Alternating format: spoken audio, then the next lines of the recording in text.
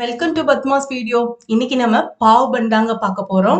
பாவ் பன் வந்து நம்ம பாவ் பாஜி செஞ்சு சாப்பிடலாம், இல்லைன்னா வடை பாவ்னு சொல்லுவாங்க, அதுக்கும் யூஸ் பண்ணலாம், இல்லைன்னா நீங்க சாண்ட்விச் செஞ்சும் சாப்பிடலாம். இது வந்து சால்ட் பன் தான். உங்களுக்கு தேவைப்பட்டா நீங்க ஸ்வீட் கூட போட்டு செஞ்சுக்கலாம். நல்லா சாஃப்டா நல்லா இருக்கும். நம்ம வீட்லயே செஞ்சு சாப்பிடலாம்.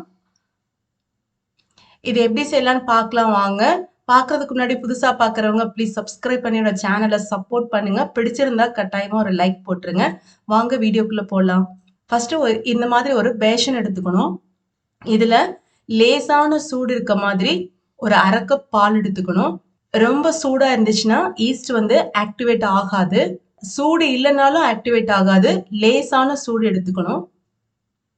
இதுல 1 ஸ்பூன் ஈஸ்ட் சேர்த்துக்கணும். 1 ஸ்பூன் சர்க்கரை.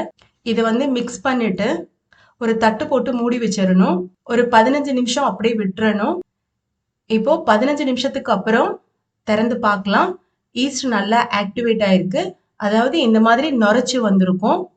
ஈஸ்ட் வந்து நல்லா ஆக்டிவேட் ஆனாதான் பன் வந்து உங்களுக்கு நல்லா சாஃப்டா இருக்கும். இதுல நான் 1/2 கிலோ மைதா மாவு சேர்க்கிறேன். இப்போ இதுல நம்ம சேர்க்க போறோம். 1 ஸ்பூன் சால்ட் சேர்க்கிறேன். நான் வந்து சால்ட் பன் தான் செய்யறேன்.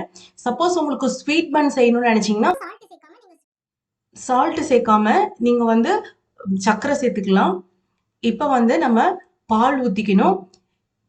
தேவையான அளவு பால் கொஞ்சம் கொஞ்சமா சேர்த்து எவ்வளோ பால் தேவையோ பிசைறதுக்கு அவ்வளோ பால் சேர்த்துக்கணும்.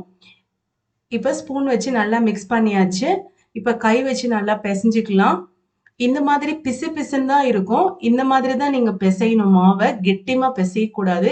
இப்போ ஒரு 2 ஸ்பூன் வந்து அன்சால்ட் பட்டர் போட்டுக்கலாம்.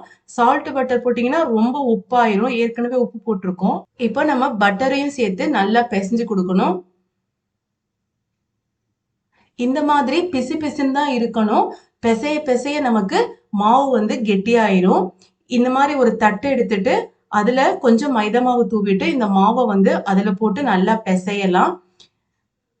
கொஞ்சம் நீங்க மாவு சேர்த்துக்கலாம். ரொம்ப மாவு சேர்க்க கூடாது.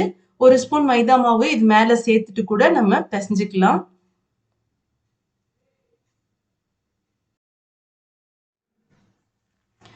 இது வந்து நல்ல ஒரு 15 நிமிஷமாவது நல்லா பிசையணும். பிசைய பிசைய நம்ம கையில ஒட்டியிருந்த மாவெல்லாம் ஒட்டாம நல்லா திரண்டு வந்துரும். இந்த மாதிரி இழுத்து இழுத்து நல்லா பிசையணும். கட்டாயமா 15 நிமிஷம் நீங்க பிசைஞ்சு கொடுக்கணும். அப்பதான் வந்து பன் வந்து நல்லா சாஃப்டா வரும். கொஞ்சம் ஆயில் வேணும்னா கையில அப்ளை பண்ணிக்கலாம். அப்ளை பண்ணிட்டு நல்லா இழுத்து இழுத்து பிசைஞ்சிடணும்.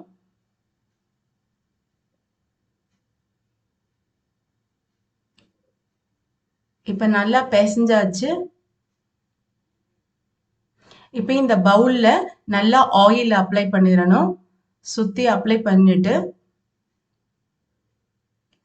இப்ப நம்ம பிசைஞ்ச இந்த மாவை இதுல வைக்கணும். வச்சாச்சு. இது மேல கொஞ்சம் ஆயில் அப்ளை பண்ணிக்கலாம். இப்போ வந்து நம்ம இதை தட்டு போட்டு மூடி வைக்கணும். இது வந்து டபுள் சைஸ் ஆகும். கிளைமேட் பொறுத்து தான் ஆகும். 1 hour 2 hour ஈவன் 3 hours கூட ஆகும். வெயில் ஜாஸ்தியா இருந்தா சீக்கிரமா பொங்கி வந்துடும். இல்ல கிளைமேட் கொஞ்சம் சில்லுன்னு இருந்தா கொஞ்சம் லேட் ஆகும். அதுக்கு தகுந்த மாதிரி நம்ம மூடி வச்சு எடுத்துக்கணும்.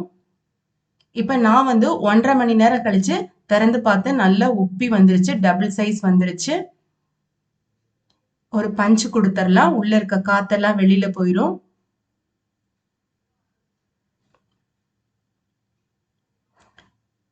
இப்ப இது ஒரு 5 நிமிஷம் பிசைஞ்சு கொடுக்கலாம் நல்லா.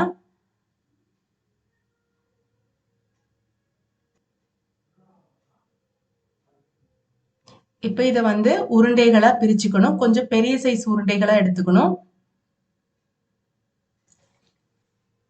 இப்ப நம்ம அவன்ல வைக்கிற ட்ரே எடுத்து அதுல ஃபுல்லா பட்டர் அப்ளை பண்ணிடணும். நல்லா சுத்தியும் அப்ளை பண்ணிடணும். இப்ப நம்ம எடுத்து வச்ச உருண்டைகளை இந்த சைஸ் நான் செய்யற பாவ் பன்னுக்கு இந்த சைஸ் மாவு எடுக்கணும். இந்த மாவு வந்து நம்ம இந்த மாதிரி உருண்டைகள் பண்ணி கொஞ்சம் அதை ஃபிளாட் பண்ணி வைக்கணும். இது மாதிரி எல்லா உருண்டைகளும் வைக்கணும். நான் செஞ்ச இந்த மாவுக்கு 9 உருண்டைகள் வந்துச்சு. அப்போ 9 பாவ் பன் கிடைக்கும். இப்ப எல்லாமும் செஞ்சாச்சு. இத ஒரு துணி போட்டு மூடி வச்சிரணும். ஒரு 1/2 மணி நேரம் கழிச்சு பார்த்தா, மறுபடியும் இது டபுள் சைஸ் ஆயிருக்கும். இப்ப 1/2 மணி நேரம் கழிச்சு பார்க்கலாம். நல்லா டபுள் சைஸ் ஆயிருச்சு. அடுத்து இது மேல பால் அப்ளை பண்ணணும்.